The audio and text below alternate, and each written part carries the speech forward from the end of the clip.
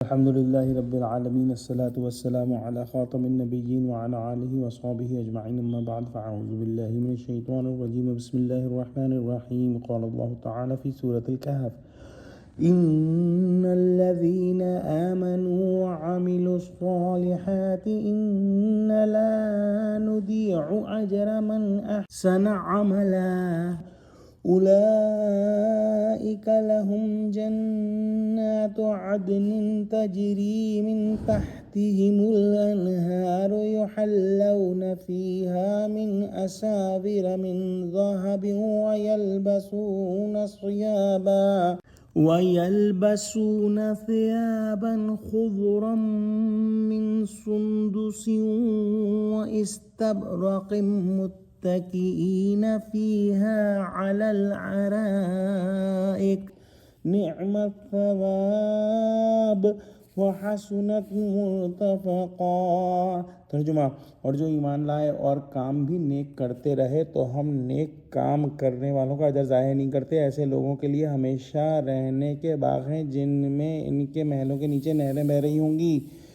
ان کو وہاں سونے کے کنگن پہنائے جائیں گے اور وہ باریک دیبا اور اطلس کے سبز کپڑے پہنا کریں گے اور تختوں پر تکیے لگا کر بیٹھا کریں گے۔ کیا خوب بدلہ اور کیا خوب آرام گاہ ہے۔ پچھلی آیت میں ہم نے متکبرین، مجرمین، کافرین کے بارے میں پڑھا کہ ان کو جو مکان ملے گا اس کی دیواریں آگ کی ہوں گی اور جو پینے کے لیے مشروب دیا جائے گا وہ اتنا گرم ہوگا کھولتے ہوئے تانبے کی طرح کہ اس سے ان کے منہوں کو بھون دیا جائے گا۔ یہاں پر نیکوکاروں کے بارے میں اللہ سبحانہ وتعالی فوری تقابلے کے طور پر بتا رہے ہیں کہ ان لوگوں کے کاموں کا اجر ہمیشہ ملے گا اور ان کے نیک اعمال کبھی بھی ضائع نہیں ہوں گے، یعنی ادنا سے ادنا نیکی بھی کم نہ ہوگی بلکہ پورا بدلہ دیا جائے گا۔ اور اللہ سبحانہ وتعالی دکھا دیں گے کہ اصلی اور دائمی دولت مند لوگ کون ہیں۔ کنگن یا ریشمی کپڑوں اور اسی طرح جنت کی تمام نعمتوں کی خاص کیفیت کو ہم دنیا میں نہیں سمجھ سکتے کیونکہ ہمارے محسوسات میں اس موتن کی کوئی پوری مثال موجود نہیں۔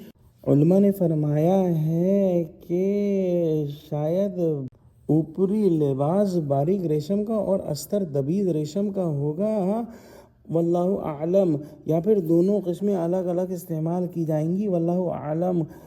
حضرت نے فرمایا سونا اور ریشمی کپڑا مردوں کو ملنا ہے بہشت میں، جو کوئی یہاں یہ چیزیں پہنے گا وہاں نہ پہنے گا، کیونکہ سونا اور ریشمی کپڑا دنیا میں مردوں کے لیے حرام ہے۔